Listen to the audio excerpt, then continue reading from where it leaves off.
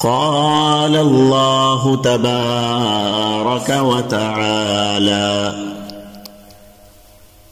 يا ابن آدم إنك ما دعوتني ورجوتني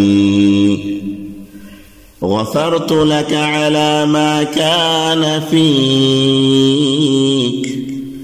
ولا أبالي.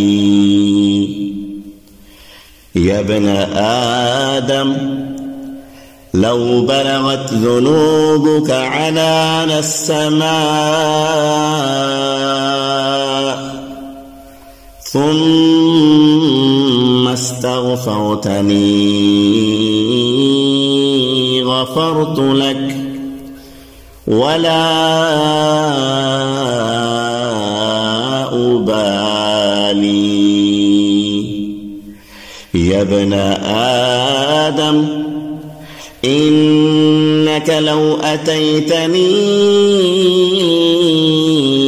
بقراب الأرض خطايا ثم لقيتني لا تشرك بي شيئا لأتيتك بقرابها مغفرة.